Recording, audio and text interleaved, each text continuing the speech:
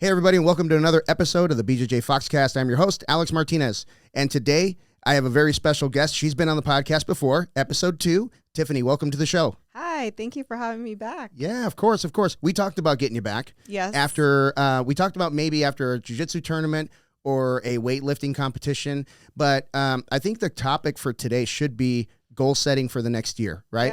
Yeah. So, the reason I brought you on is of the people that I know, you are the one that talks about your goals and achieves them more than anybody that I know. Oh, thank you. Yeah. So, Yeah.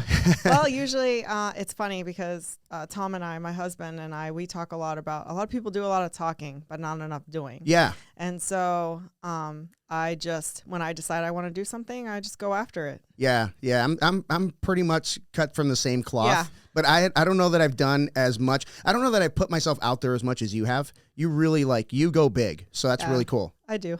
Yeah. I try to, Yeah. but I wouldn't say you. I feel like you've definitely put yourself out there. I've definitely looked to you for a lot of inspiration. Thank you. So first thing I want to talk about before we go into goal setting, we've had some setbacks. Yes. You and I both. You a little bit more than me. Yeah. So let's talk about your setback. Well, just recently, about a year ago, I injured my knee, and it was diagnosed as like a bone contusion. And I kind of worked through it. I worked, all the way through physical therapy, and I thought that I was like good to come back to jiu-jitsu. And then in the last 6 months or so, I finally felt like I was killing it in my training. I finally felt like I was a blue belt. I was really rolling well, but my knee was still really bothering me. And then it's been almost 3 weeks now. I found out that I had a tear in my ACL and a tear in my meniscus, which is such a bummer. Yeah. Is your ACL fully torn? Not a complete tear, but it says it's a chronic tear. So I'm not sure how bad it is. He never really went into that. I think I was shocked because it didn't feel like an ACL tear. And even the physical therapist was like, yeah, it didn't even act like an ACL tear. I really thought it was just like a meniscus tear that like a lot of jiu-jitsu guys get, or girls. So I was really shocked. So when he was telling me, you got to have it repaired, and it's probably a 9-month recovery, which kind of leads me into 9 months. There's no way it's going to take me 9 months to recover from that. So if you had to set a short-term goal, now when are you going in for surgery first? So I don't have a date yet, but I'm hoping before the end of the year. Okay, so let's just say, December 30th, you're in for surgery, right? Yeah. So what is the goal at that point? So I'm told that 4 weeks on crutches is average, but I'm hoping to be off of crutches in 2 weeks with the help of the physical therapist, which actually has been on your show. Greg McClarty's been a huge help for me through all of this. So he's been giving me a lot of information, a lot of good resource to be able to be ready for the surgery and post-surgery. Yeah, Greg's great. He's I have to start seeing him because I made a terrible mistake the other day. Went into a really tough roll I was somewhat warmed up, but I wasn't properly warmed up, and I pulled my hamstring. Luckily I didn't tear it. I don't think it's torn. Yeah. But yeah, a little setback there, but not as, obviously not as bad as an ACL tear. Yeah. But it all sucks, right? Like we train all the time, and injuries are going to happen in jiu-jitsu.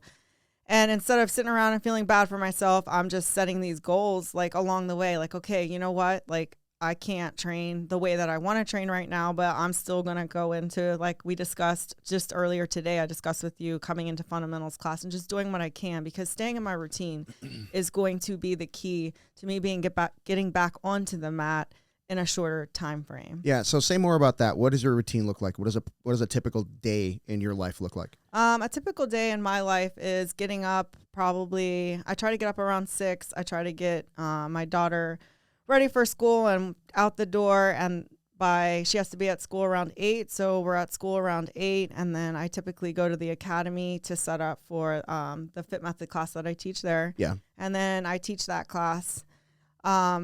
I used to stay for some of the 10:30 class right after my class, or if I didn't, then I would leave and go directly to the gym. And then just mom stuff. My number one goal is to be the best mom that I possibly can be. So that's at the top of my list always and forever. So then after that, typically, I pick my daughter up from school, lots of, errands and stuff Yeah. throughout the day. Yeah. So why get up early? Why go to the gym? Why are you going to the gym? What is the reason for that? Well, the biggest reason for me personally is lifting just really makes me feel not only good about myself, but good mentally. Like it's like my mental break. And I feel like everyone should lift regardless of, your age or wherever you're at. Like lifting can be for everybody. And honestly, I believe jiu-jitsu can be for everybody too. So. Yeah, I agree with both. One thing that I saw, oh gosh, when was it? When was the first time I saw this guy? He's 92. We lift over with Vin at Pro Fitness in Tempe. I go to him on Tuesday and Thursday and Sunday. And I think one Tuesday, guy walks in, 92 years old, been going there for about like 15 years. And he's lifted. I mean, not super heavy, but as heavy as he can go. He's really pushing himself. And you can tell the guy was an athlete at some point. You know what I mean? But I mean, he's 92. Yeah, that's so amazing. Like, I hope that that's me. Like, Yeah, I same literally, I don't care it doesn't matter how much you lift. It's not really about that. It's about keeping your bones strong. Yeah. It's about staying healthy because, the older you get, like if you fall and injure yourself, like sometimes that's kind of the end for a lot of people. Yeah. And so another big goal is to just live as long as I possibly can. Yeah. So longevity is a big goal of mine, is just keeping myself healthy, and keeping myself healthy requires going to the gym physically, mentally. And it sets a really great example for my daughter. Yeah. Yeah. And she was watching us today. Yeah. That's kind of cool. Cheering us you on. on. Yeah. Yeah. So that's cool. So let's talk about goal setting. Yeah. Now I go a couple different directions with this. Obviously, everybody wants like new year, new me. Yeah. And I somewhat disagree with that. I do too. Yeah, because I mean, you can't change you. I mean, you are. You know what? I don't want to say you can't change you, because you can, but you are the best version of you. Yeah. Right. There is no better version of you than you. And there's only one you. Yeah. So, yeah. So I don't like when people say that. New year, new me. I also don't like when people say things like, for example, I'm going to change like 7 things about my life this next year. Yeah. I think the real snowball effect happens when you just change one thing. One thing at a time. One thing at a time. Yep. I mean, clean your room, right? Yeah. If you're a kid, clean your room and watch your life change. Yeah. So talk about that a little bit. Yeah. So kind of that leads right into, I have like 6 things that I have really, I've learned from, like just from setting and being able to achieve my goals. And like number 1 for me is just learning to break bad habits, and I started replacing them with good habits. Mm-hmm. So I know Let me stop you right there, because that's super important. We just hit on. Mm-hmm. I was actually talking to Richard Bressler, the author of Worth Defending. I'm going to plug that book until it sells out, because I really love the book. Did I tell you about the book? You did, and I need to get it. I'm definitely going to read it. I read it 2 years ago. Did you? Yeah. I read it 2 years ago, and I thought I would love to pick this guy's brain. You know what I mean? And I'm so excited you got to. Right, 2 years later, I got him on the podcast. So those were really cool. Anyway, but he talks about, because you hit on that, he talks about goal setting, and you can't have a negative goal. You can't say, I don't want to smoke. You can't say, I don't want to eat junk food. You can't, because that gets your brain focused on what you're giving up, so to speak. Yeah. Instead, you have to replace it with what? Yeah. Something positive, right? Positive, so sorry. I didn't want to interrupt you, but that's super important that you it keyed on is. that. And I feel like a lot of people also, I mean, I didn't even have this listed, but a lot of people go in and it's like they almost like hate themselves. It can't be about, it can't be like a negative thing. It needs to come from like a self-love area. You know what I mean? Yeah. Like you have to want to change yourself for better, not because you hate something. Because if you go into lifting because you hate how you look and you hate everything about it, and not for, I need to get healthy, I want to, I do want to look better, but getting healthy is most important. You have to look at it from like a self-love, the self-love side versus like, I hate myself side. Yeah. Because it won't work. It won't work. You have to really change your mind. Yeah. So how do you balance that? Because for me, it was like, I am sick of this. And I want to make a change. Yeah. So you're sick of it. So you're kind of coming from a negative place, but going to a positive place. Yeah. So how do you go from, I am sick of this, to I am going to replace X with Y? How do you get there? So I do think I'm cut from a little bit of a different cloth. Like like I was saying, when I decide that I want to do something, I just do it. I honestly, when I first started lifting, it came from a place of, I didn't like how I looked, Mhm. but I never hated myself. Mhm. But I wanted to feel better. And so I think because I wanted to feel better and I wanted to look better at the same time, it came from, I want to do this for me. Mhm. Because you can't, just like smokers, right? Take them for example. I've been wanting my mom to quit smoking for years. Mhm. I can't make her quit Right. smoking. I can't say, Mom, it's literally been proven that this kills you. Can you please quit smoking? Yeah. She has to want that. She Right. has to say, I want to live as long as I possibly can. I want to be healthy. I don't want to get X, Y, and Z from smoking. But she has to want that. Yeah. You know, so I think you deep down inside have to want to make the change. Yeah. And, you know, my, I don't know when your demons come after you, but mine come to me about 3 a.m. Yeah. And they're always reminding me about who I am, right? Or who they Yes. think I am, or who Yep. they tell me I am. And it's so hard to fight those demons. It And, is. you know, when you talk about smoking or, you know, doing all, you know, any kind of drug, that's like, there's demons and then there's disease, Yeah. right? There's addiction. Yeah. And I think a big mistake people make is like, you know, hey, you know, do you want a cigarette? No, I'm trying to quit. Yeah. That's a mistake. You got to switch that with, I don't smoke. I don't smoke. Right. I quit. Yeah, Yeah, I don't smoke. like, yeah. I, you know, I know I have to train later, or Yes, something like yeah. that, or something positive. So talk a little bit more about that. I Yeah. love that was the first thing you hit on, Yeah, because that's so- really good. A lot of people don't know how to even identify what their bad habits are, right? Mm. Like a lot of the time, like they're not sure. And that's why they're like, I want to change, but I'm not really sure how. Well, I think the most important thing to do is figure out, like I gravitate towards people. Like I ask you, like, I want to be better at jiu-jitsu. So guess who I go find? Mm. I don't ask the brand new white belt that just walked in the room. Right, I'm going to yeah. go find the person that I am aspiring to be like. Yeah. So I come and ask you. I go and ask my husband. You know, like I go and find that person that I'm aspiring to be like. And, you know, I get a lot of lifestyle clients because I do nutrition, and we always start with changing the smallest habits. Like, okay, I drink this many sodas a day. Well, okay, you drink 3 sodas a day. Let's take it to 2. And then let's take it to 1. Yeah. How do you feel at 1? Can you take away that last one? Mm. Can we, you know, or I'm only drinking like 32 ounces of water a day. Okay, let's double that. And then let's work our way up towards a gallon of water a day.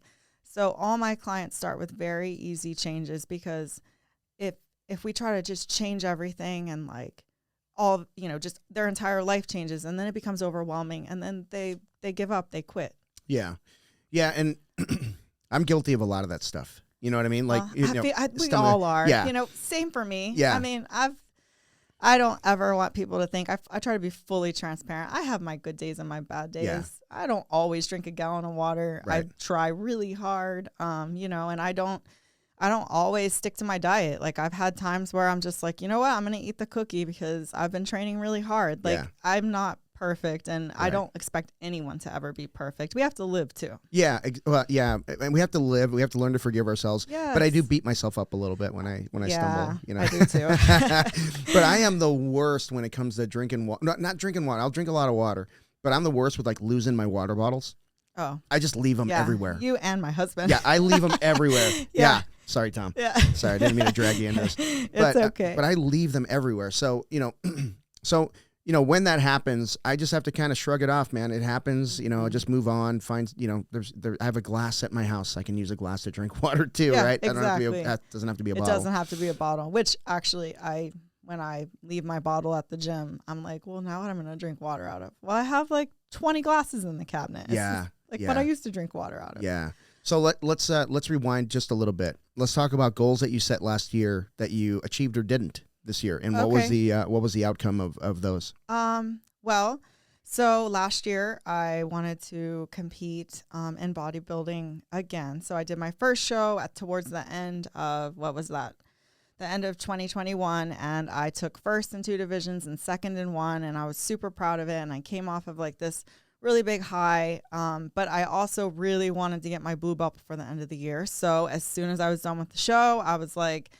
bam, I'm right back in the gym training jiu-jitsu, trying to, you know, just jump right back on the wagon for that. And because I had taken maybe 2 or 3 weeks off, and my training needed to taper down towards closer to the show. But then I injured my knee at the first week of December, and I realized that there was no way I was going to be able to get my blue belt.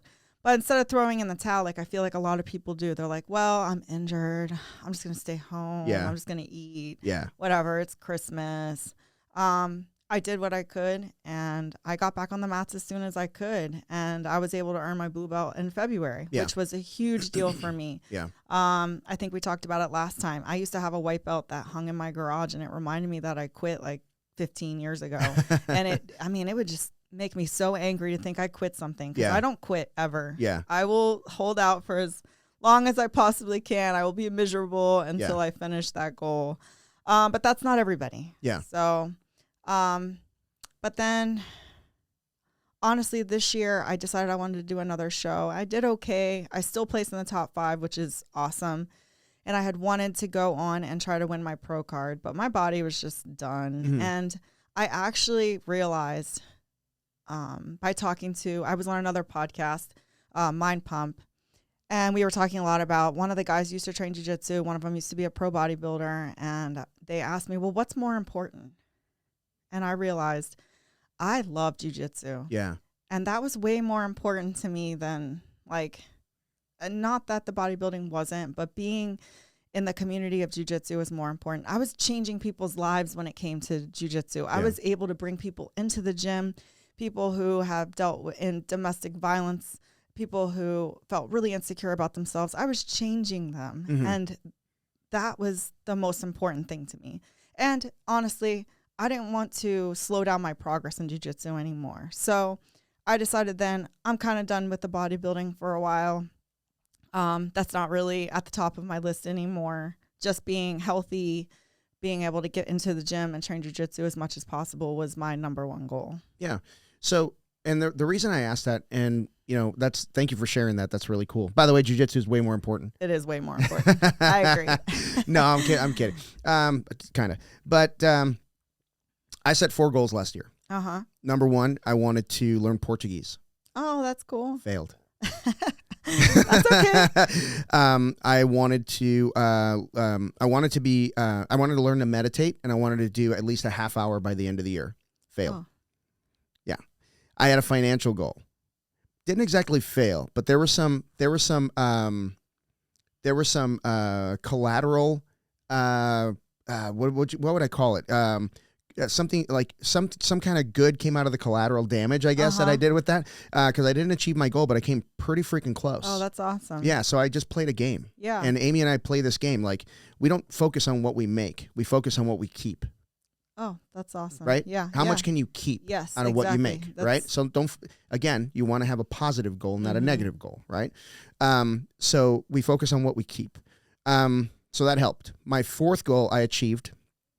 And I want to put myself in a position to quit my day job and do jiu-jitsu full time. Yeah. And I achieved that one. That is so amazing, by the way. I'm so jealous that not even jealous. I'm just really excited for you, because you are exactly where I think you should be. Thank you. So. Thank you. Yeah. And that took a lot of sacrifice. I mean, on a lot of people's parts, especially Amy. And I've told her that, without her, there is no, there is no this without her. So, I'm very grateful, and I'm very I can't express the gratitude enough. I was gonna say, I feel like that is like so key in being able to achieve your goals too. Is like stepping back and just having gratitude and being thankful, even if you don't hit your goal that year or that month or whatever. Like, just being thankful that you have what you have, and like you're getting closer to it. You know, because sometimes. And I've done it too. I set unrealistic expectations, Yeah, we all do. Yeah, like speaking of financial stuff, like Tom and I, we have our own financial goals, and we have been trying to look to see if we could figure out what we wanted to do long term. And it took us probably 2 years to really figure out exactly what we wanted to do, where we wanted to invest. And just recently we signed papers to open a franchise called Squeeze. And so that has been a huge part of one of our goals that we were like a goal that we both had. So is this a goal that you guys, okay, so it wasn't specifically to open that specific franchise. It was to figure out what kind of business you want to get into, identify that, and then work towards that end game. Yes, exactly. Tell me about Squeeze. What is it? So Squeeze is a massage studio, and it's kind of more technology based than a lot of the other ones that you're gonna step foot into. But the thing that drew us to Squeeze is that it's like a people based company. They not only is it about bringing in money and bringing in customers, they really genuinely want to take care of the people that work for them. And I love that. Like everything about their core values, like spoke to me. It is what I believe in. And so once I met with the CEO, I felt like it was just like, this is like a done deal. Like in my mind, this is exactly what I want to do, because I'm going to be able to help people not only make more than they would be somewhere else. I'm going to be, I feel like I'm a very positive person. You never catch me not smiling. Even when I'm having a bad day, I feel like I try really hard to just be positive. You know, there are times where I'm just like, man, I'm just having a rough day. Yeah. But I'll be able to offer them health insurance. I'll be able to just do all these things for them that, you know, no other company's doing right now. Yeah. And so I'm really excited to just be able to impact more people's lives, because at the end of the day, a huge, you know, broad kind of goal for me is just to be able to serve people in a way that is, you know, impactful and positive. Yeah. One of my 5-year goals is I want to have an employee that buys a house with the money I pay them. Oh, that's awesome. That's what I want. Yeah. That would be, I'll know I made it when that starts to happen. Yeah. That's such a cool goal. Yeah. So that's a really cool goal. Yeah. That's really what I want. I mean, one of my long-term goals is to be able to help at the gym. Like, I really think it's important. And I admire when Amy is not working, how she's on the mats helping you out. And like, there's like a upper belt on the mat, you know, an upper belt female on the mat. And I feel like that matters, because like as the sport grows, like the more women that are there and the more upper belts that women that are there, it just helps. And I mean, it's a male-based sport. I mean, for the most part, it is. And like women are intimidated by it more so than men. And so when you have these women that walk in and you have other females, strong females on the mat representing our sport. So that's kind of one of my long-term goals, is to be able to be on the mat helping out the new white belts that walk through the door, to make them less intimidated. Like, hey, this is cool. That we can have fun and try choking each other. Yeah, you know, one thing that I've noticed about women in our martial art and jiu-jitsu is, in the past like 10 years when I first started, if you had like 5 women on the mat, they were like pretty aggressive people. Yeah. You know, not mean, but they were like into it. Like, let's do this, you know? And a lot of the males that stayed with it, there weren't a lot of muscle heads, and there weren't a lot of, you know, wrestlers tend to stick with it no matter what. Yeah. But they're not really, how should I put, they're not like brawlers. You know what I mean? They're very technical. But the people that I found most intimidating were the nerds.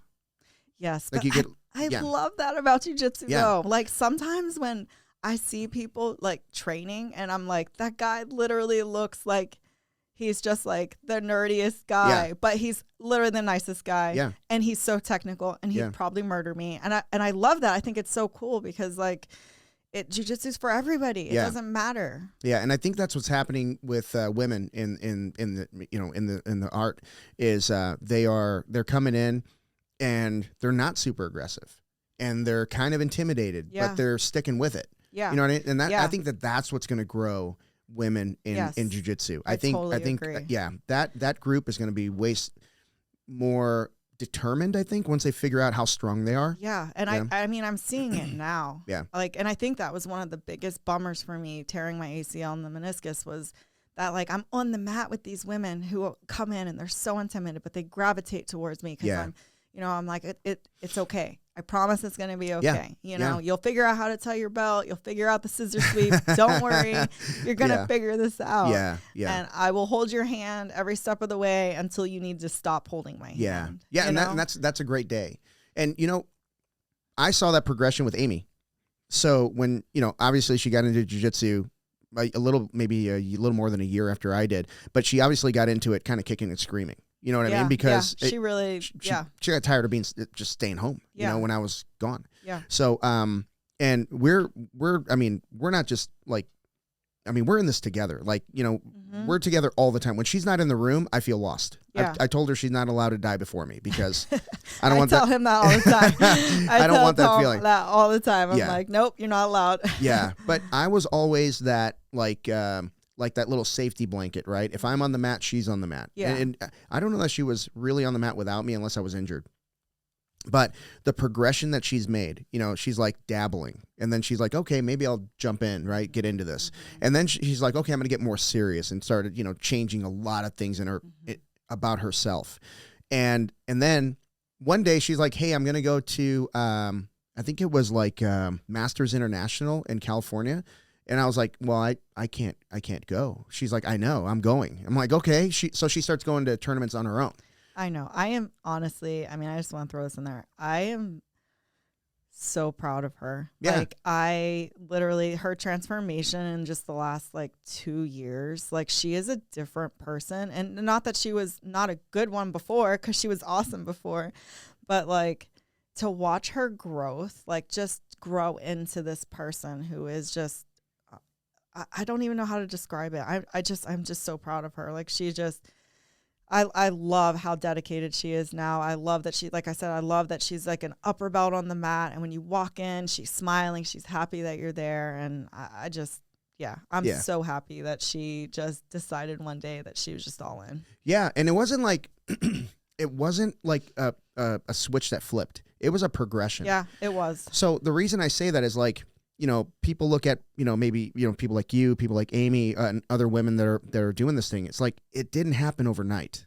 So it's okay that you have day one. Exactly. Right? Yeah. 100%. Yeah. So talk about that a little bit. Talk about day one, going into a jiu-jitsu class when you went into your very first, you were not the most athletic person in the world, right? No. So 14 or 15 years ago, I was not at all. I looked like a fish out of water. It was awful. And I even think about, if I could see myself then, I think I'd be even more proud of myself now, because coming back the second time, I wasn't really sure what my goal was. I just knew that I wanted to change, and I was upset about the fact that I never got my blue belt. So maybe, just thinking about it right now, maybe it was I was so focused on, I got to get the blue belt. But then it was about 6 months in, I realized it didn't really matter. Mm-hmm. I just liked being there. Yeah. I was learning. I was making new friends. I'd never seen my body change as fast as it had. I'd never felt as strong as I was. And it was less about the belt at that point than it was about, it didn't matter. I just didn't really care. And, the longer that I train, which I haven't been training that long, it's been a little less than 3 years. 3 years now. Obviously the ultimate goal is to make it to black, right? Yeah. But then once you get black, it doesn't end there. No, that's just the beginning. Yeah, exactly. So now it's just, if you just stay consistent with no matter what goal it is, but jiu-jitsu, since this is the audience we're kind of catering to, just if you just show up, the goals are going to happen. The belts are going to happen. The stripes are going to happen. Yeah. And once I realized that, I don't have to be the best in the room. In fact, it doesn't matter if you're the best in the room. No one cares. Guess what? You can suck, and it doesn't matter. Right. Because eventually you'll get better. And even if you don't, we want you there. Yeah. Yeah. We just want you there. It doesn't matter. You don't have to even be good at jiu-jitsu to come and train jiu-jitsu. Just come and train. Yeah. Yeah. So we do a new student orientation at the academy, before day one. They come in on a Saturday. We spend an hour with them. You've been to a couple of those. Yep. And, I always tell them, you're not a visitor here. You're family. Our job is to get you as good as we can as possible, as soon as possible, so that you can help us get better. Right. Yeah. And that's really how we approach it. And I think people tend to, it's very different from when Tom and I started. When Tom and I started, it's like, here's your loaner, gi, here's your belt. Yeah. And oh, by the way, everybody on the mat wants to kill you now. Yeah. Yeah. Awesome. Well, I Thanks. remember that. Thanks, guys. Yeah. So it's very different now. It is very, very different. So the fact that you said, I'm sorry to interrupt you, but the fact that you said that jiu-jitsu is for everybody, it truly is. It really is. Yeah. It really doesn't matter. And like I said, even if there's this saying that Tom and I say all the time, it's invisible progress. Mm-hmm. There's no way to really tell. No. There really isn't. You're going to have good days on the mat, and then you're going to have bad days. Yeah. Yep. And there's days that I go in and I'm like, I leave and I'm like, yes, I felt like I rolled so well. I felt like I was transitioning the way that a blue belt should be. I felt like I hit that, that submission just right. And then the next day I go in and I feel like I don't know anything. But I feel like that's the beauty of jiu-jitsu. Yeah. You realize there's so much to learn. Yeah. There's just so much to learn. Yeah. And I think progress looks like this. I think when, somebody walks in, obviously, I'm going to handle them. I mean, it's just the way it is. They haven't been doing this at all. Yeah. And then they're there for a year and okay, I'm still getting whatever I want, but they're resisting. And then all of a sudden, like, I'm really rolling with these guys. After 2-3 years, I am really rolling with them. That has to be a good feeling. It's a great feeling. Yeah. It's a great feeling. And I know, like, that gap will never close completely, right? Because, the rising tide raises all ships, right? Yeah.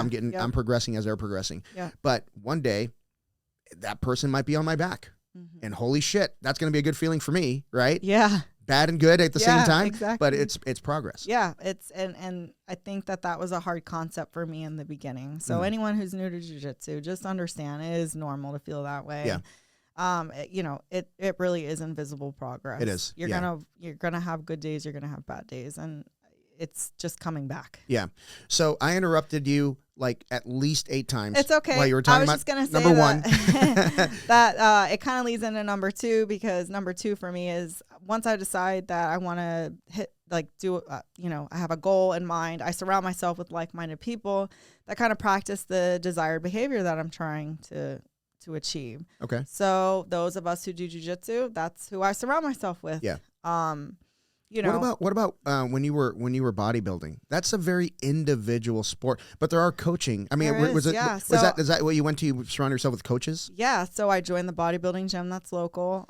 Pro Physiques is one of the top gyms in the country for bodybuilding. And who runs that one? Who runs Pro Physiques? Whitney Jones and Damian Segova. Okay. So he literally trains some of the best athletes on the planet. Okay. So I decided they're right in Gilbert, so I reached out to Whitney because you know what? If I'm going to do something, I'm going to go big. Yeah, of course. And so she was my Whitney Jones and Alexandria Ross were my coaches for my first show. And I would go in and I would train with them once or twice a week. I would practice my posing with them about once or twice a week. When I decide I'm going to do it, I want to do it as best I can. And you know what? It's expensive. And I know goals are expensive. I know learning a new thing is expensive. And so if you don't have that, then reach out to people who, have some knowledge that maybe you don't. And you can start small. Yeah.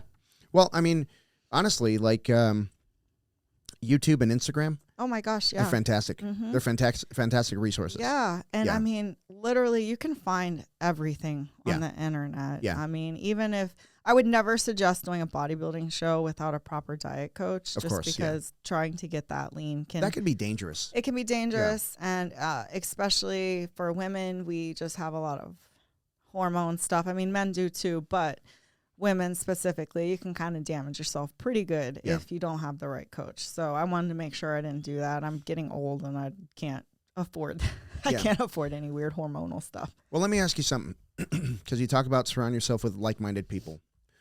What about the people that are, I like to be either the worst role in the room.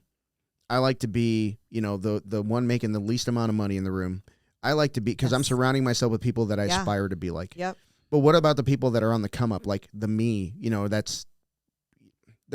You want to surround yourself with like-minded people, but what about people that are on the come up just like you? Like they're not quite where you are. Yeah. Maybe they're smoking, maybe they're doing drugs, maybe there's and you want to help them, but you don't want them to pull you down. How do you handle that? How do you handle people like that?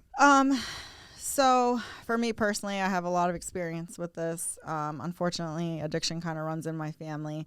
I just try to be, I try really hard. Let's see how I can put this. I try really hard to not allow the kind of toxic behavior to drag me down. I just try to be a positive influence. Yeah. I try to let them know I'm a big believer that who you surround yourself with is who you're going to become. Mm-hmm. So a lot of the time my little pep talks come from, you have to stop hanging out. Like if you're trying to stop using drugs, you can't keep hanging out with the same people. Yeah. You can't, your girlfriend, your boyfriend can't be a user, because guess what? you're never going to be able to quit. Same with Yeah. smoking. You live with a smoker, guess what? You're going to keep smoke. smoking. Yeah. And I try to be the positive influence in their life. I'm always there for them. However, unfortunately, I don't spend a ton of time with them because it is very mentally exhausting and draining. Yeah. And so I do what I feel like I can do and where my mental health doesn't take a toll. Yeah. Yeah. That's wow. That's really good. I also think about like, I really try to stand guard, with my thoughts. Yes. Negative self-talk. I try to eliminate it. You and I talked about being around people that use like negative language. Like I want them out. Yeah, I want them away from me. Yeah. Right. And maybe I'll start being the person that corrects them. You know what I mean? Like, hey, I don't want to hear that shit. I try really hard to be that person. I try really hard to be that, like, a certain person, that he knows I'm shaking my head. I'm shaking my head. And usually, you know what? It kind of stops. It kind of stops a little bit. I think it makes them think. Yep. And I do try to change their language a little bit, especially if they're saying it to me. But that's where change starts. Yeah. With the language you use with yourself. Yeah. So so tell me about that. How did you start? Because you said you were not happy with your appearance, right? You wanted to start doing things to help relieve that. What kind of negative self-talk did you have when you first started training yourself? I was very negative. Like, it took me years to get over the negative self-talk. I'm really lucky. My husband has been, anytime I feel like he should be like a mental health coach or something, because I would say something negative and he would literally be like, you can't say that. Oh, that's awesome. Like, your language needs to change. Like, or I never felt like I was ever going to be ready, or, when you tell yourself I'm not going to be ready for a show or I'm not going to be ready for a tournament, guess what?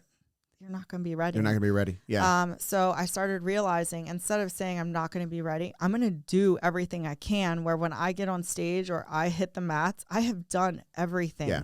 And there's no doubt. So I feel like that really helped me, was instead of changing the way that I talked to myself, I changed the way I thought about it. Yeah. Like the way that I approached it was, I'm just going to lay it all out on the line. I'm going to say I've done everything. Yeah. Chips fall where they may. Yeah, exactly. Yeah. I like that. Yeah. I always talk to, recently I started talking about people using these words. I never knew how strong I was until X. And I find that so sad. Yeah. Because that means you're not putting yourself in positions where you train that muscle to be strong. Yeah. Right? Yeah. If you do hard shit like every single day, that muscle's strong. And that's what the beauty of jiu-jitsu is. Yeah. Is it's not even about strength. It's the strength that comes up here. Yeah. Like, I know people who don't even look strong, and they're strong when it comes to jiu-jitsu, because sometimes it's not even about the strength in jiu-jitsu. It's just about not giving into the pressure. Yeah. It's about being able to find a way to breathe for a minute and figure out how to get out of a bad place. Yeah. And I think that has helped me a lot with learning to, like, realize the big, like the small stuff that used to bother me. It doesn't even bother me anymore. I'm like, it doesn't matter. Like, when you're literally simulating murder every day on the mat, you realize that it just doesn't matter. It doesn't. Like, it doesn't.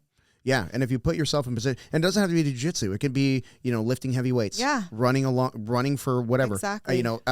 Getting up every day and just walking your dog. Yeah. Mental strength is really, mental strength, and then the fortitude to, like, push through. Yeah. And we talked about this in your number one. It's like, if you do one thing consistently, it'll turn into 2. Yes. 2 will turn into 3. 3 will turn into 6. 6 will turn into 12. And it just compounds. And that's one thing you realize, that, not to cut you off, but like when you set a goal, like, stuff branches from that, stuff stems from that, and, like, opportunities just start happening. Yeah. They just start happening. I guess you could call it collateral goodness. Yeah. Right. Yes. That's you may not achieve your goal, but there's some collateral good shit that happens along the way. Yeah. And also, reevaluating, right? Like, I try to reevaluate, like, my small short-term goals all the time, because sometimes stuff happens and you have to pivot. Yeah. But that's actually one of my one of the numbers. So I won't go there. We're not going to go there yet.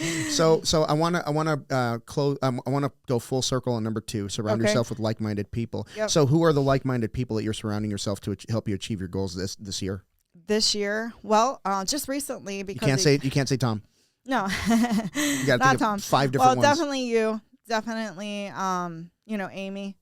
She helps me a lot. Some days when I'm just having a rough day at jiu-jitsu, she reminds me she's been there, and it's tough. So, also, you recently had a podcast not too long ago with Trent Nestler, Dr. Trent Nestler. Dr. Trent. He's awesome. He reached out to me, and like some opportunities kind of arose, which was super cool.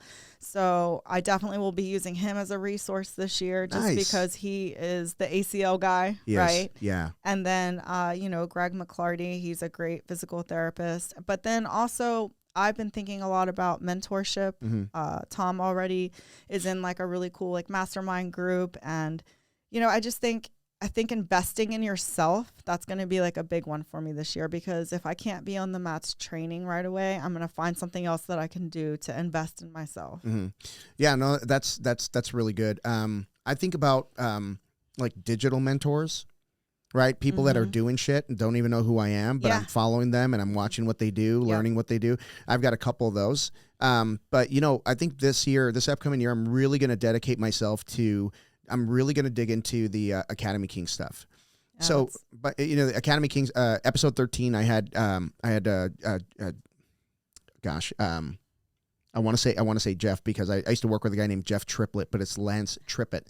But Lance was on the show episode 13, and he is, he dresses t-shirts, jeans, ball cap, but he is an excellent entrepreneur. He is, he's in so many different businesses, and he's quietly making waves, right? Yeah. Quietly making waves, and that's the kind of person I like to be around. I have not, and he's available as a mentor, as a coach, anytime I want. That's so awesome. Anytime I want, because we pay a lot of money to be part of. I would so utilize that. Do you know how many calls we have? 4 calls per week. Do you know how many calls I've been on the past 2 months? 0. Oh my gosh. 0. Yeah. So you've been teaching a lot. Yeah, so. I have. But one thing that I learned from Worth Defending, the book, please buy it, was there are no neutral tasks. There are no neutral meals. There are no neutral acts that you can make. Everything has a consequence. Yes, right? It does, yeah. So I feel like I set myself back several months just by missing those calls, because we have a leadership call Monday. We have a sales call on Tuesday. We have a technical call on Wednesday. Wow. We have a leadership, not a leadership, but a mentoring call on Thursday. And then once a month, there's another call that's closed to just about everybody. I think it's like 8 people.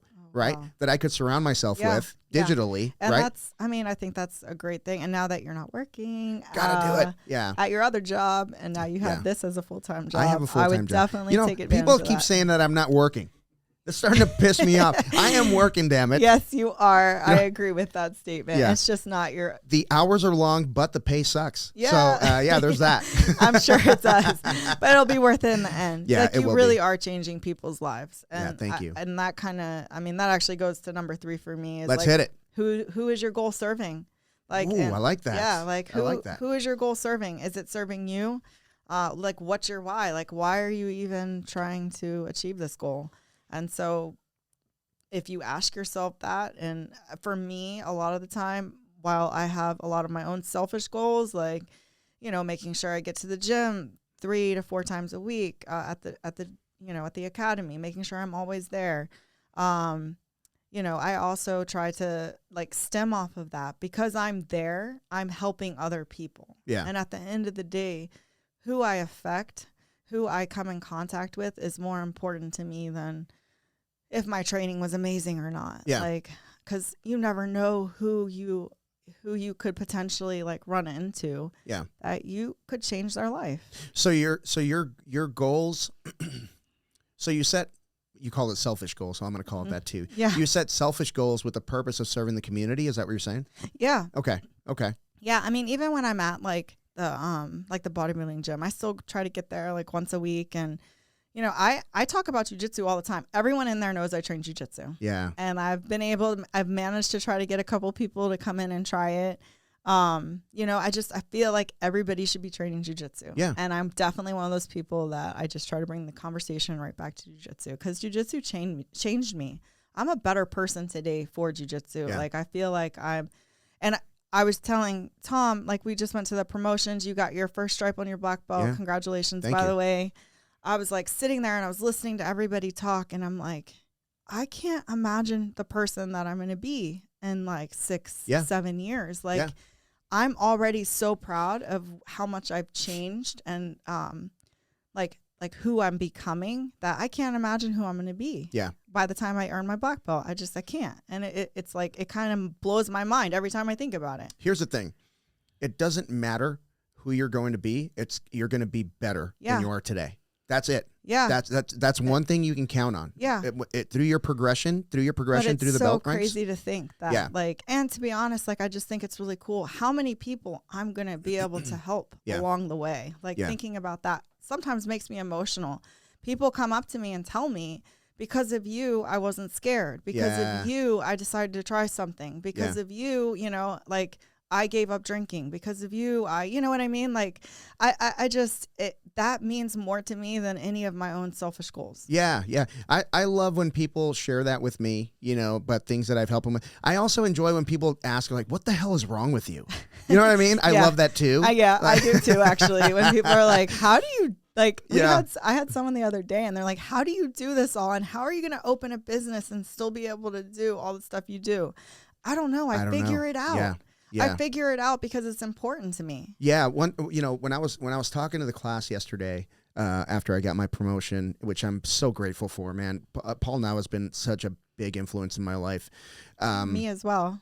Yeah. And, you know, just to see the line of black belts that I have the, you know, privilege of being lined up with. And now we have Sarah and we have Amber. Yeah. Who Amber's going to be on the podcast, I cried by like the way. a baby, by the way. Dude, yes. I cried like a baby. But how many people have been in that situation and quit? I know. And she used jujitsu as her constant. Like, that's how I view it, as like, that was her one constant. That was the one thing that she knew was going to be there. The one thing that was going right. And I think that, you know, for a lot of people that go through hard things, like, the mats are always going to be there. We will always be there. Yeah. Yeah. And, you know, I was thinking about, what am I going to say? Like, how do I express, like, my gratitude?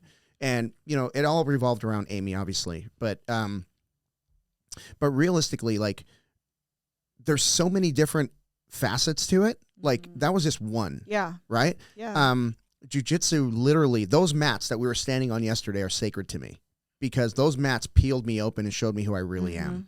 And I just wonder how many people are walking through life not understanding, not knowing how they are, not knowing who they are or how strong they are. Yeah, and that's literally, like, why every day I feel like I talk about this with my husband all the time. A long time ago, he told me, he was like, I just try to approach life as if I'm always on an interview. And that really hit, like, home with me. Yeah. I'd never heard that before. And I was like, that's literally what I do every day, though. Yeah. Every day. And not just like an interview, but like, I want people to see me and I want them to ask, like, why are you so happy? Yeah. Like, how do you do this? You know, it's, let me show you. Yeah. Let me show you. I know you're having a hard time, but let me show you that there is a better way. Not that I have the answers to everything, but you know what I do have?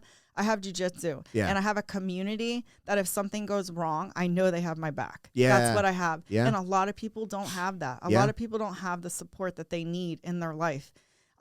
Which actually goes into number 4. Wait, we got to finish number 3. Yes, we will. No, we got to finish number 3. So, if you had a big enough goal that could serve the community best, what would that be? What would you want to see in the community that would say, like, fuck yeah, I did this? Well, I think opening Squeeze is like my first step in the right direction. So why is that? Why is that?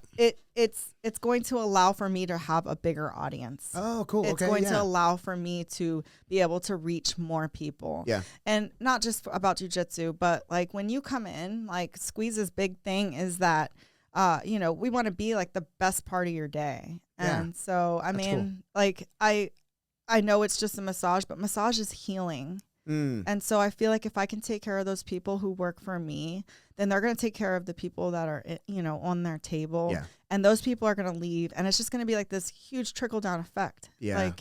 So I think that's like the first kind of start. And then the second would probably be, just continuing my journey through jiu-jitsu, to be honest. I feel like the higher belt that I get, the more experience I get, the more I learn about myself. I feel like I always learn something about myself every time I leave the gym. You don't have a choice. Yeah. And I think the better that I become at, just letting down and being more transparent, the more that I can help other women learn that it's okay. Yeah.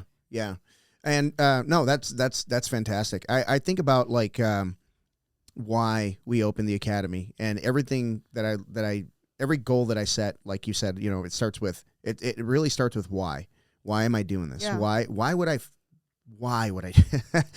But honestly, I believe that if you have enough people in one community doing jiu-jitsu, that community is going to be way better. Yeah. You know what I mean? I agree. 100%. Yeah. And we have a mission statement, but our vision statement is better communities to do jiu-jitsu. And we mean it. We mean it. I totally believe that. Yeah. And so you are, though. That's the thing, is people come in and you are taking people underneath your wing. Yeah. I mean, I feel like you took me you took me in and you were like, you know what? I want you to run this program. And you gave me full control to just do whatever I wanted. And that gave me a more, a sense of, okay, he believes in me. He knows that 100%. I can do this. Yeah. So, and you do that for people that are on the mat too. Yeah.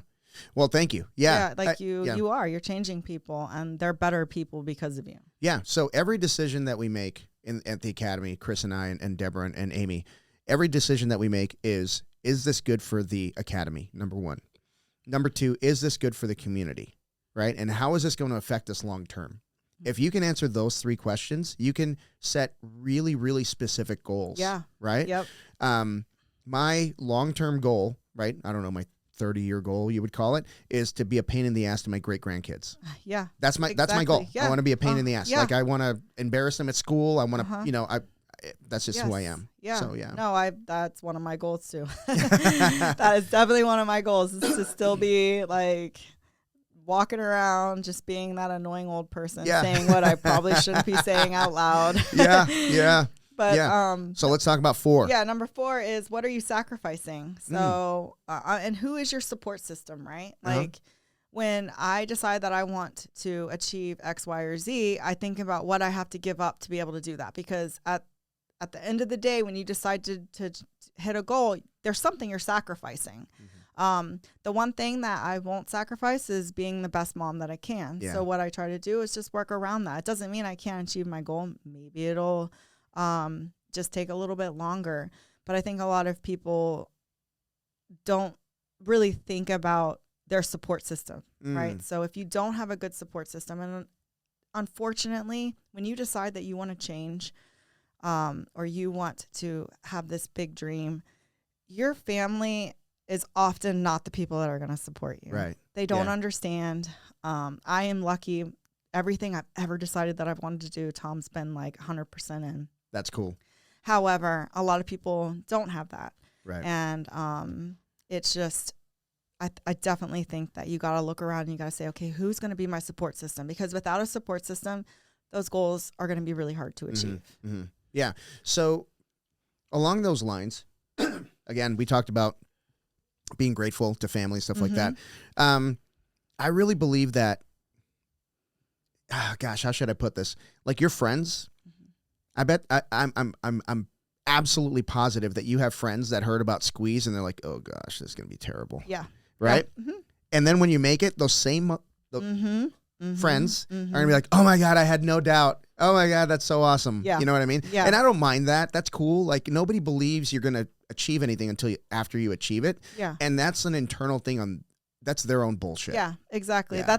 That's a them problem, not a me problem. Yeah. So, yes, there's some people that I value. I value Tom's opinion. I value your opinion. But at the end of the day, what I think matters.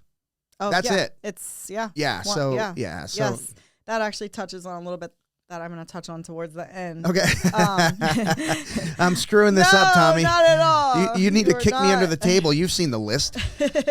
No, but number 5 is just learning to pivot and not give up. Okay. So when I got injured, that's like the best example that I can think of right off the top of my head is I wasn't like, oh, I'm just not going to go to jiu-jitsu and I'm just not going to do it anymore. But I see that a lot. I see people get injured and then I don't see them ever again. Yeah. And so, or even like when I decided to do the bodybuilding show, I was like, you know what? I think I can do both and I'm going to do the bodybuilding 100%. And if I've got to go 80% in jiu-jitsu, I'm cool with that. Yeah. And then towards the end, I realized I had to pivot. I had to say, you know what?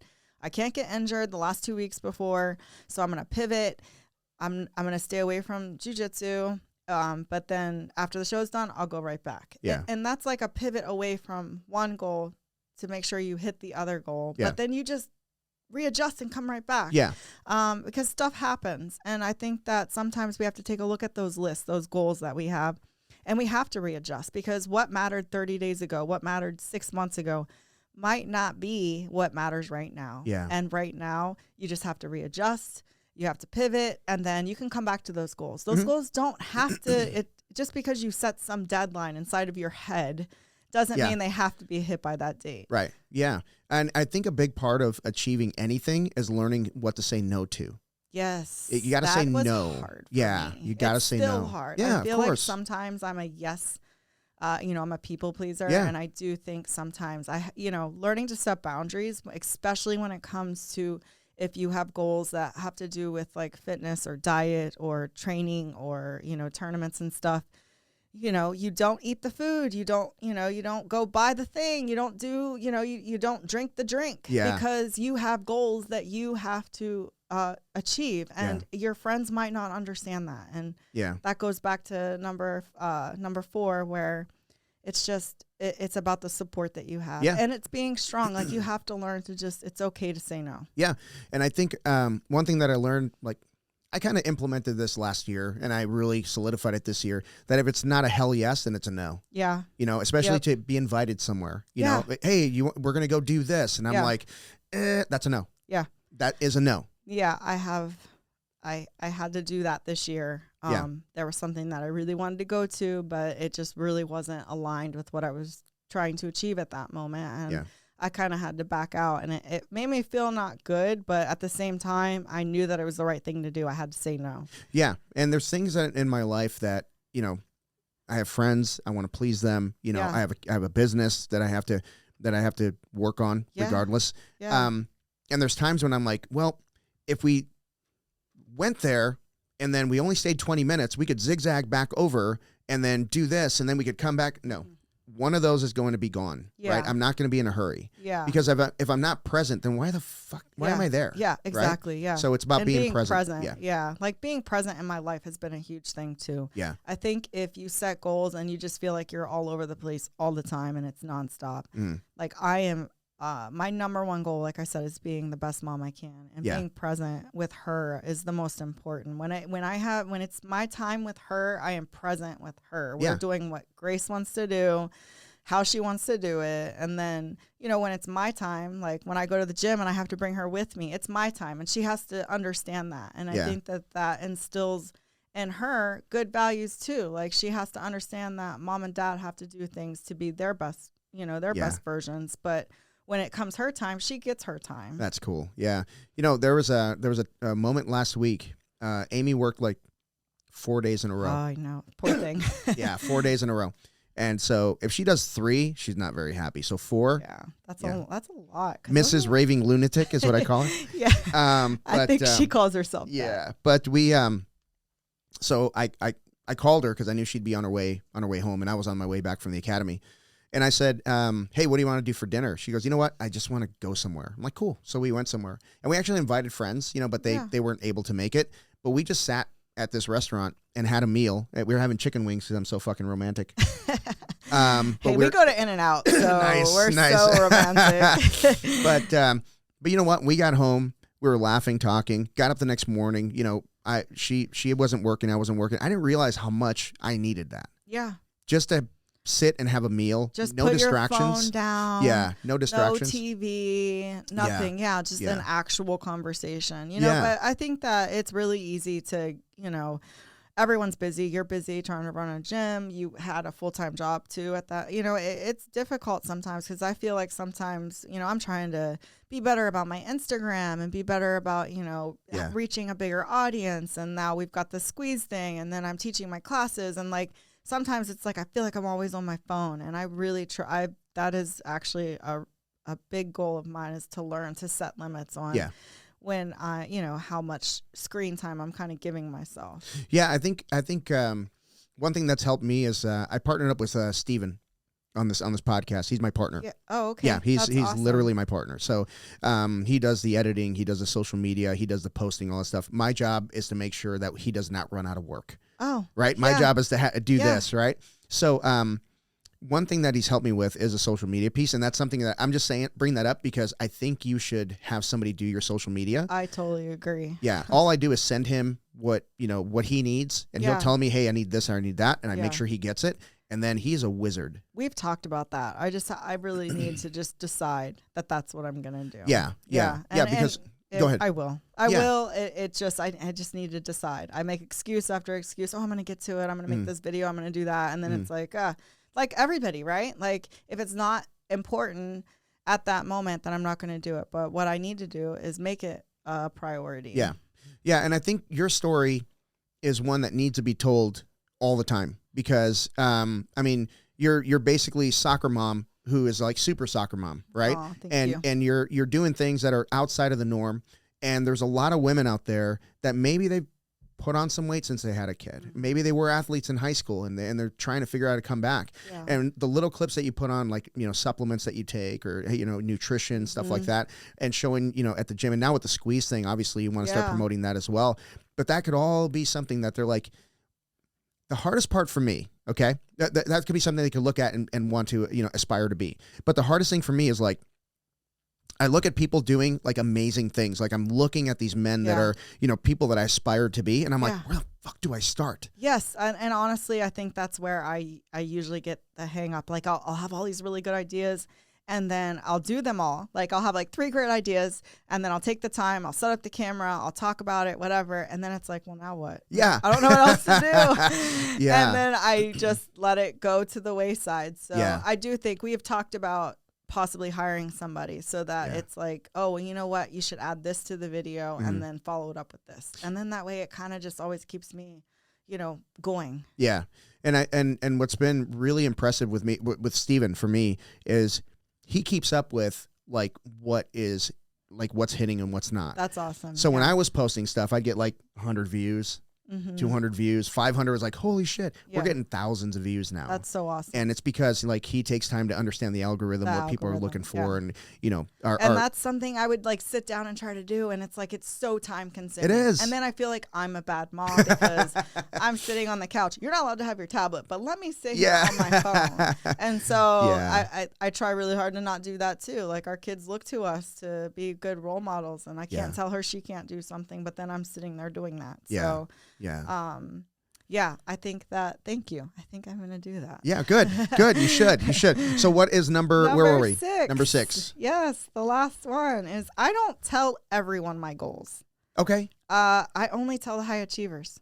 Oh, cool. Yeah. So and you know why? Is because I feel like, or I tell people that can help me with my goals. Mm-hmm. And it's not because I try to keep everything super secret. It's because people don't understand. And you get negativity, you know, like their husband. We did announce that we were going to open the squeeze, and I got some looks. Yeah, of course. I got some like not like overly supportive comments, and you know, even like the bodybuilding thing. I really didn't tell anybody that wasn't in the bodybuilding industry because they don't get it. Yeah. Until people started noticing, you know, and so it was. I really don't. And it, you know, it also makes me feel like I'm like showboating or bragging. And I know that that's not really the truth, but it makes them not feel good if I'm like, hey, I'm going to do X, Y, and Z. And it's like this big dream or whatever. Yeah. And either they roll their eyes or they just don't understand. And Yeah. so Yeah. I think one thing that I'm going to, I do it, but I think I need to start doing it a little bit more is on, social media for people that follow me, whatever that, send me DMs about, oh, this looks great. I think congratulations, all this stuff. I think I need to start posting more failures because I really love failures. Yeah. I love them. I love coming up short because that fuels a lot of fire in me. And it's funny because for a long time I didn't like talking about that. But in the last 2 years, I think when you realize that failing is actually a good thing. Yeah. It is. Yeah. We learn more from failing than we'll ever learn from winning. And I spent a lot of years failing. Yeah. I spent a lot of years not knowing that failing was actually the path that I needed to be taking. Because if your dreams are so small that you are just hitting them like nonstop, then your dreams aren't big enough. Right. They're just not big enough. Yeah. Your goals aren't big enough if you're able to achieve them the first time you try. Yeah. I competed in bodybuilding for 10 years and I never took first. Wow. So getting a first place for me was a huge deal because it was the first time, but I appreciated it more than the person who always gets on stage and wins. Yeah. Because, and to me, it was bigger. It's like, what do they say? It's like, I can't remember the quote, but those what felt like setbacks at the time weren't. Yeah. It was teaching me to be like grateful for what I had at that moment and then really embracing the victory when it came. Yeah. So let's talk about that a little bit because there are setbacks and then there are things that are just not fair. Yeah. What do you do about things outside of your control? Honestly. I mean, they piss me off. Yeah. I mean, like the injury was totally out of my control, right? And like I spent a day like really pissed. I was mad. I was like, no, like this, I had goals next year to compete, at least 2 or 3 times before Masters Worlds. And like, that's not going to happen for me probably. Yeah. Like I might be able to get in some tournaments towards the end of the year, but maybe. I don't know. I have no idea how long that the recovery is going to take. Yeah. I'd like to believe that it'll take a lot less than somebody who isn't in good shape. I'm still training. I just can't use my left leg as well as I used to, you know? But yeah, it sucks. Yeah. It sucked. And I cried and I felt bad for myself. And then I moved on because there's nothing that I can do other than setting up. Now I have my goals set for my recovery. Yeah.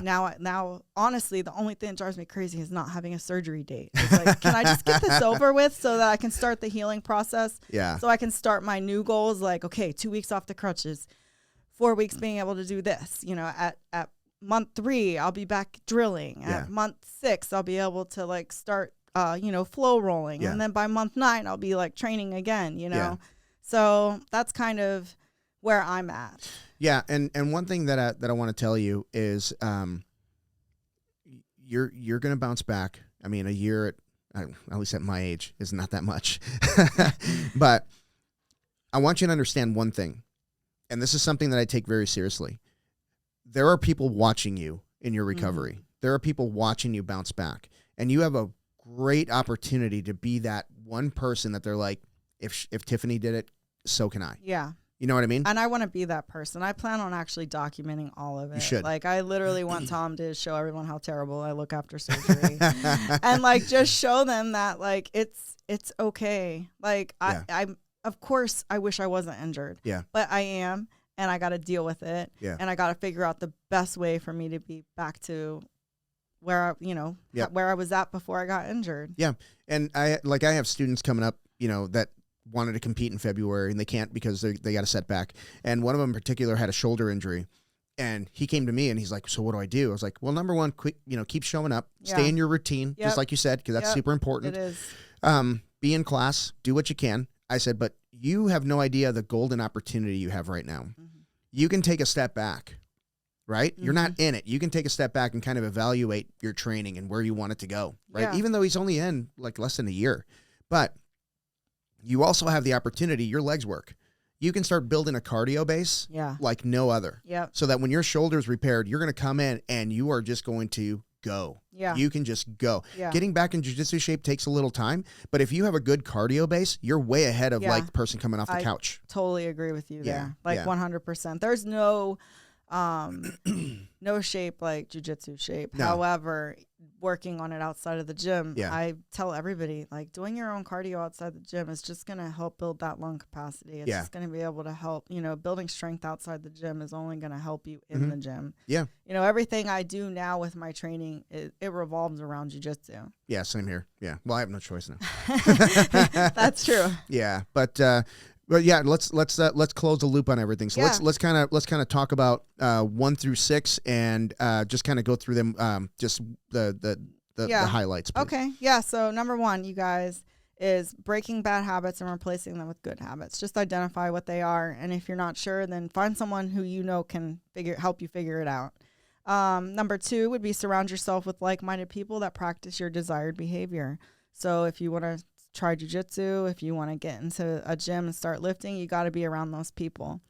Number 3 is, who is this goal serving and what is your why? Like, really ask yourself why you want to achieve this goal. Number 4 is, what are you sacrificing and who is your support? You got to really find a good support system to be able to achieve those big goals. Number 5, you got to learn to pivot, and you can't give up. Don't stop showing up to whatever it is. Just don't stop showing up. You just have to learn to pivot.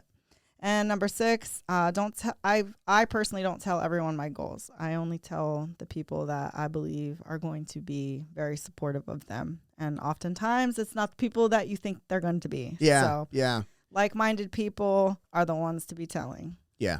That's great. That's great advice. And well, listen, I really enjoyed this. Yes, thank you so much for having me back on. Yeah, of course, of course. And if you want to know more about Tiffany, she was on episode 2. Originally, I wanted her to be episode 1, but I had no belief in my ability to handle this thing technically. So I got somebody I didn't care about. I got Tojo on the show. I'm just kidding. No, I got Tojo as my guinea pig for the show, and I thought definitely want to get you on. So thank you for doing this. Yes. And let's talk about before we close out. Mm-hmm. How do people find you?